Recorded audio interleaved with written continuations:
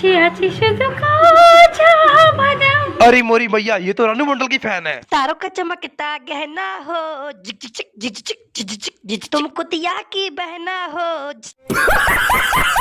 दोस्तों ये तो सिर्फ ट्रेलर था, पूरी पिक्चर बहुत ही मजेदार है, तो वीडियो को देखिए और एंजॉय करिए और इस वीडियो को दिल पे मत लीजिएगा। तो चलिए वीडियो को शुरू करते हैं। Kolaveri Kolaveri D, why this Kolaveri Kolaveri D. जानू मेरी जाने मन, बचपन का प्यार मेरा भूल नहीं जाना रे। छोनू मेरी डार्लिंग, डिचकू बिचकू डार्लिंग, बचपन का प्यार मेरा भूल नहीं जाना रे। ये क्या कर रही है? कौन सा गाना गाने आई है अरे ये? गाना तो कच्चा बादाम गाने आई थी, पता नहीं क्या शुरू कर दिया इसने। ओ तो मोटी भैंस ने कच्चा बादाम सुनना है, चलो इसको सुनाती हूँ।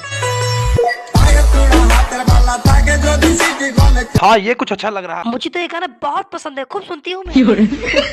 आज एग्जैक्टली एट 10 AM मैं अपने बॉयफ्रेंड कद्दू लाल के साथ आज होटल में खाना खाने गई थी। खाना खाने के बाद जब पैसे देने की बारी आई तो उसने मुझसे कहा गुरु को मैं टट्टी करके आता हूँ, पर वो आया ही नहीं।